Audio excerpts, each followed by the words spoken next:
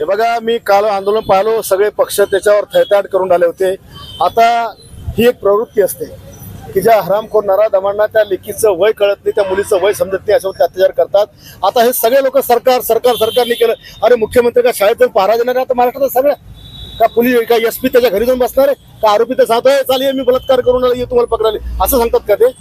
अरे घटना घडत असती त्याच्याकरता यंत्रणा आहे, पोलीस यंत्रणा काम करते. पोलिसांकडे नाही झाले तर सीबीआय वाले करतात, सीबीआय करतात, SIT वाले करतात, पण आरोपींना सोडत नाही. मग अशा वेळेला अशा घटनेचं राजकारण केल्यापेक्षा या नराधमांना शिक्षा कशी मिळेल हे प्रयत्न सगळ्यांनी करायला पाहिजे. ते प्रयत्न महाराष्ट्रात होताना दिसत नाही. केवळ कुठलीही घटना घडली की राजकारण. कधी नवत मातोश्री मधले काल पावसामध्ये बाहेर येताना आम्ही पाहिले, कधी नवत पाहिले. आलं पाहिजे, ही घटना तशी आहे. पण जर पोलीस डिपार्टमेंट सरकार कारवाई करत नसेल किंवा त्याला पाठीशी घालत असेल तर नक्की रस्त्यावर उतरा. पण विनाकारण सरळ सगळी कारवाई चालू असताना अशा प्रकारचं नाटक करणं हे काही शोभत नाही आणि अशा घटनेचं राजकारण करू नये असं मला वाटतं. विरोधक गृहमंत्री देवेंद्र फडणवीसांचा राजीनामा मागताय. हो, कुठे काही घडली की ते राजीनामा.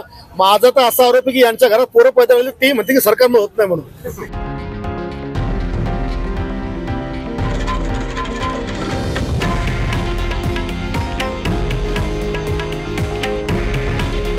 हे आहे देशातील नंबर 1 न्यूज नेटवर्क आणि आपण पाहत आहात TV9 मराठी.